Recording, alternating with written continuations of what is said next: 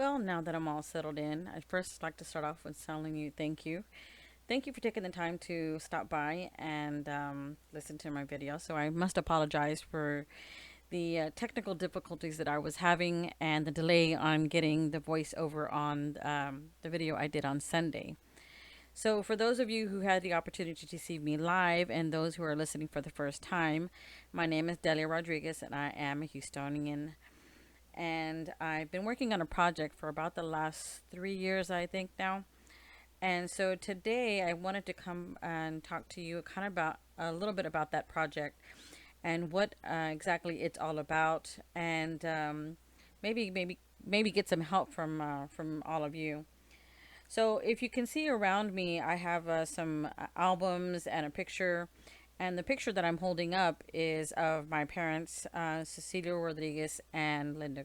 Um, and so some of my friends also along the side of me, some of the musicians from back in the day. I'd like to say my musician friends. I don't know them all personally, but when you're fond of the kind of music that they do, they're almost like friends, right? So basically, what I'm here today to share with you is to kind of tell you a little bit more about the project that I've been working on.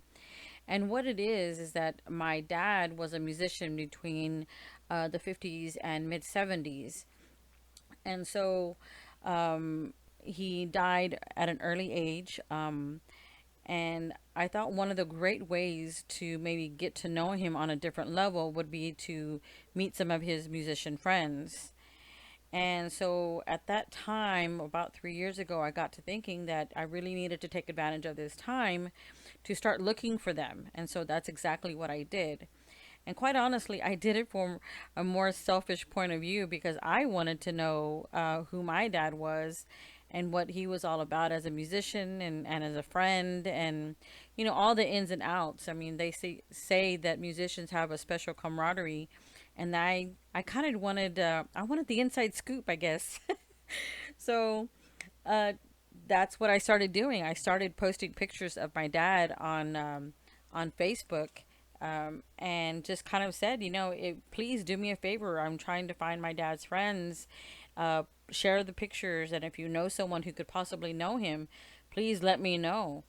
And the overwhelming support was just amazing. Like, I had never expected the kind of support that I got, and I can't tell you how heartwarming it is to know the kind of support that I got, because people started popping up left and right and were sharing my post, and not even knowing who I was, because they were friends of friends. And little by little, it just kind of grew into something that into the project that I'm working on right now. And so then, as I started to get to know a lot of my dad's friends and hear of the stories that happened back in the day at the different clubs that they played at, and to learn more about the different musicians themselves, and even though some of them may not have known my dad directly, they either played at the same clubs or knew some of the same people and still had the same passion for music. And it was really interesting to see and watch the stories pop up on Facebook.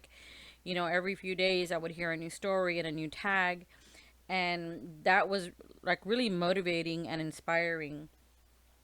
So now this whole project has kind of put me into that, why not tell the story about Houston and our Houston musicians and everything that they did, back in that time frame. So a couple years ago, I was interviewed by a friend of mine, and she asked me, now that you're doing all this research, what's the ultimate goal? What do you want to do with it all? And I said, if I was gonna do what I really would love to do, I would love to be able to do a documentary. And I'm like, a documentary on my dad, that would obviously be the I guess the principal focus of the documentary, but also to tell his friend stories, because without, I can't tell my dad's story without telling some of the friends' stories as well. And so it kind of snowballed, and I thought, well, wow, why not give a glimpse as to what Houston music was like back in that time frame?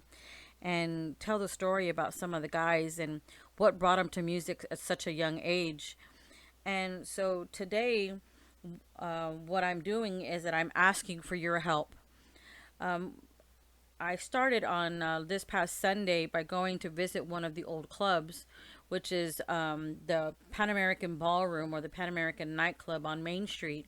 And there's so much history about that club, and who was there, and the era in itself, and just all the people that went there. And so I'd like to be able to tell that story about who it was, and you know who the people were that went there, who played there, and what kind of effect that had on everyone that attended the club. And part of that is by stories and by pictures. And what I'm doing here is nothing new. We've heard about the Pan American nightclub and many other clubs that hopefully we'll be getting into in the near future. But so, like I said, I'm not doing anything new. But what I'd like to do is put this all together, put the stories together, put the pictures together. And so that this way we can leave a history for our children, for my children and for my grandchildren to know what kind of things my father, their grandfather, and their great grandfather was a part of. A friend of mine and I, we always talk about how that time frame, and even just before that, was a foundation of many sounds, and it was also the foundation of a lot of great careers. So when you think about the Pan American, you think of automatically Sunny and the Sunliners and Little Joe and Gus Garza, the MC, but there's a lot more behind it as well. And so I wanted to put all those things together. And hopefully, with your help, if there's stories that you have to tell, or if there's pictures that you have hidden somewhere in a closet, maybe your aunt does, or your mother, your grandmother, do me a favor, pull those pictures out. Get in touch with me. Let me know. I would love to hear those stories and love to have those pictures to be a part of what I hope to be a great documentary for all of us to be a part of. So if this is something that you would be interested in, you can inbox me. You can, pass your number. I'll give you a call. We'll talk. We'll, go over some stories and get some of those pictures scanned so that we can make sure that those stories and pictures are all put together in one place to have something archived and documented for our generations to come. So again, when we think about that particular era, it's kind of like I compared it to what when we saw the American Graffiti that came out so many years ago. It kind of portrays what that era was like, and that's what I would love to be able to do. Let other people into what we have so near and dear to our hearts here in Houston, a foundation of music and a foundation of camaraderie amongst musicians, and what that era was like and why it was so special. So thank you so much for stopping by and taking the time to listen to me today. Come join me and my friends and telling this great story. You can find me here on Facebook. I'm on Instagram as well as TikTok. And don't be shy. Drop me a private message, and hopefully we get to talk soon, and we can scan some of those pictures, and who knows what can happen next, right? Anything is possible. So stay tuned for the up and coming videos and news. I try to keep you updated as to what's going on. And again, take those pictures out from the closet and from underneath the bed. And how about you share them with us? All right. Thanks again. And we'll be talking soon. You have a great day. Bye.